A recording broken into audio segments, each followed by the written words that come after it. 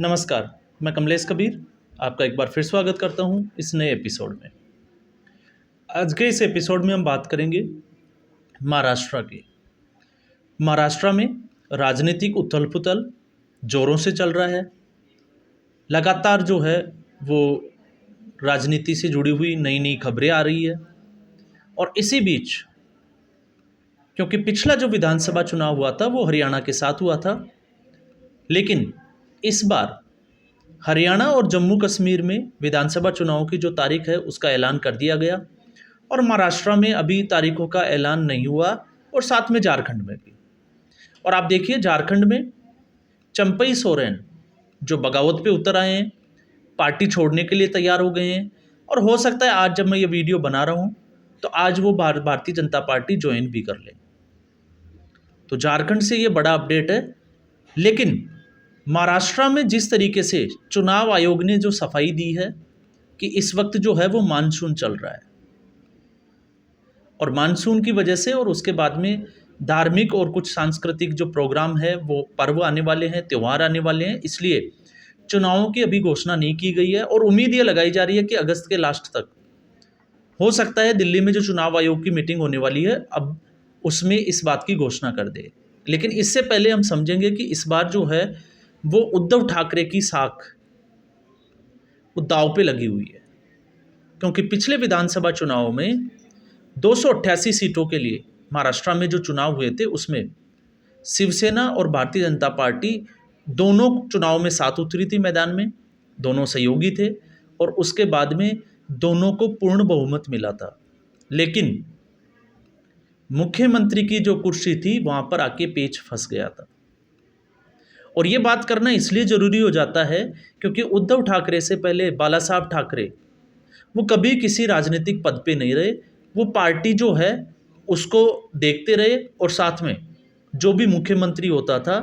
उसके सर के ऊपर जो है वो बाला साहब ठाकरे का हाथ होता था। तो एक ये, दूसरा एक और चीज़ हम अलग अलग जो है वो तीन तरीके की चीज़ों पे बात करेंगे कि एक, बाला साहब ठाकरे जो है वो कभी उन्होंने मुख्यमंत्री पद नहीं लिया। दूसरा, बाला साहब ठाकरे जो है वो मातोश्री से निकल के बाहर नहीं निकले।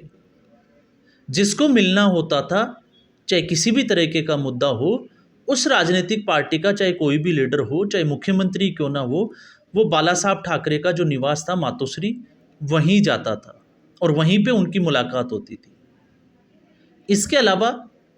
एक और बात जो थी वो ये थी कट्टर हिंदुत्व। शिवसेना जो थी वो कट्टर हिंदुत्व को मानती थी और उसी की प्रचारक थी और इसी वजह से वो सत्ता में बनी हुई थी। तो ये तीन बड़े कारण जो थे वो बाला साहब ठाकरे के जुड़े हुए थे। बाला साहब ठाकरे 2006 में लग रहा था कि बाला साहब ठाकरे जो अपनी राजनीतिक जो विरासत है उसके उत्तराधिकारी के तौर पे राज ठाकरे को लॉन्च करेंगे, लेकिन ऐसा नहीं हुआ। पुत्र मोह में उन्होंने उद्धव ठाकरे को लॉन्च किया और बाला साहब ठाकरे के निधन के बाद में उद्धव ठाकरे हमने देखा कि मातोश्री का जो दबदबा हुआ करता था कि जब भारतीय जनता पार्टी की पिछले विधानसभा चुनाव में जो भारतीय जनता पार्टी की जो दबदबा या हम इसको कहें कि जो सहयोगी थी और जब मुख्यमंत्री के पद के ऊपर जो पेच फंस गया था उसमें अमित शाह को जो है वो मातोश्री जाना ही पड़ा था और अमित शाह जो है वो गए भी थे, लेकिन सुलह नहीं हो पाई। उसकी कोई वजह भी हो सकती है और बहुत सारी वजह जो है वो लोगों के सामने भी है। और उसके बाद में मामला बिगड़ता चला गया और आपने देखा कि किस तरीके से उद्धव ठाकरे अपनी जो आइडियोलॉजी थी उसको छोड़ के और कांग्रेस पार्टी, जिस कांग्रेस पार्टी के साथ में बाला साहब ठाकरे बैठना भी नहीं चाहते थे, उद्धव ठाकरे ने उसके साथ गठबंधन बनाया, एनसीपी शरद पवार के साथ गठबंधन बनाया और मुख्यमंत्री पद पे या हम कहें कि महाविकास आघाड़ी के मुख्यमंत्री बन गए। लेकिन 2022 आते आते ऐसा लग ही रहा था कि पार्टी जो है वो टूट जाएगी और उसमें प्रखर जो मुद्दा होगा वो होगा हिंदुत्व का, क्योंकि शिवसेना सावरकर को जो है वो अपना आइडल मानती है, फॉलोवर है, और कांग्रेस पार्टी जो है वो सावरकर को पानी पी पी के जो है वो माफी वीर कह के गालियां देने वाली। तो इस पार्टियों का, ऐसी पार्टियों का मेल कभी हो ही नहीं सकता और इसी को लेके शिवसेना में बगावत शुरू हुई और शिवसेना से जो बगावत चली उसमें आपने देखा कि किस तरीके से एकनाथ शिंदे अपने विधायकों के साथ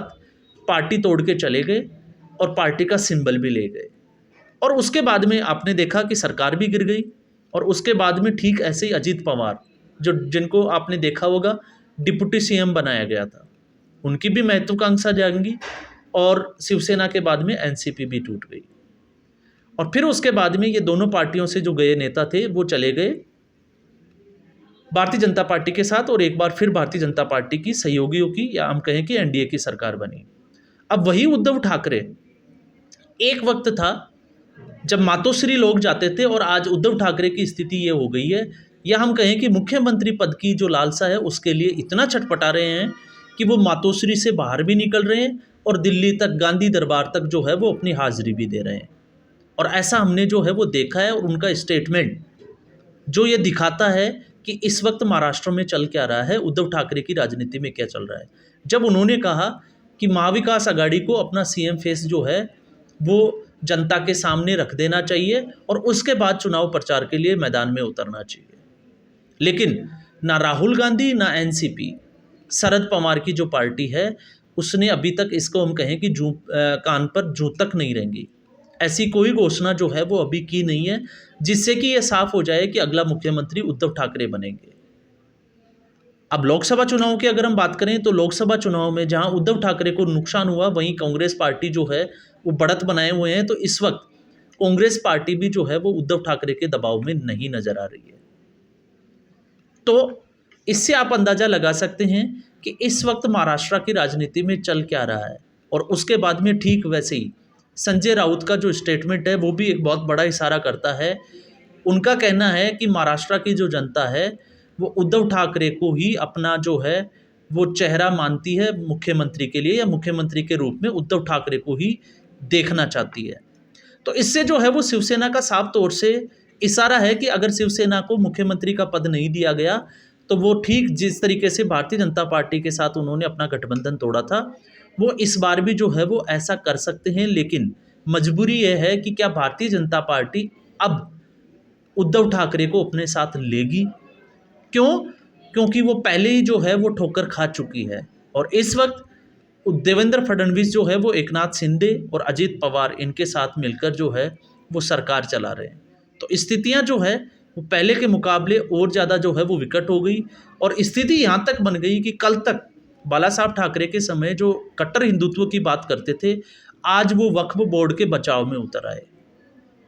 और सीधे तौर से उद्धव ठाकरे ने ये तक कह दिया कि वक्फ बोर्ड की अगर उनकी सरकार बनती है तो वक्फ बोर्ड की संपत्ति को कोई हाथ नहीं लगा सकता। मतलब ये मुसलमानों को अपनी ओर रिझाने का एक सबसे बड़ा कारण था, जबकि आप सभी को पता है कि वक्फ बोर्ड, उसके लिए किस तरीके से कांग्रेस पार्टी ने कानून बदले थे, और वक्फ बोर्ड चाहे जिस संपत्ति के ऊपर भी अंगुली रख दे वो संपत्ति वक्फ बोर्ड की हो जाती है, उसके खिलाफ आप कोर्ट में भी नहीं जा सकते। तो इस तरीके का जो चेहरा है वो अब उद्धव ठाकरे और शिवसेना का लोगों के सामने, जनता के सामने आने लगा है, और अब स्थितियां जो है वो विकट से विकट होती जा रही है। अब देखना ये होगा कि उद्धव ठाकरे इस फेर में जिसमें ये फंसे हैं उससे ये बाहर कैसे निकलेंगे, क्योंकि आज नहीं तो कल विधानसभा चुनाव की घोषणा हो जाएगी, और उसके बाद में राहुल गांधी और शरद पवार जो है वो अभी शिवसेना को, क्योंकि शरद पवार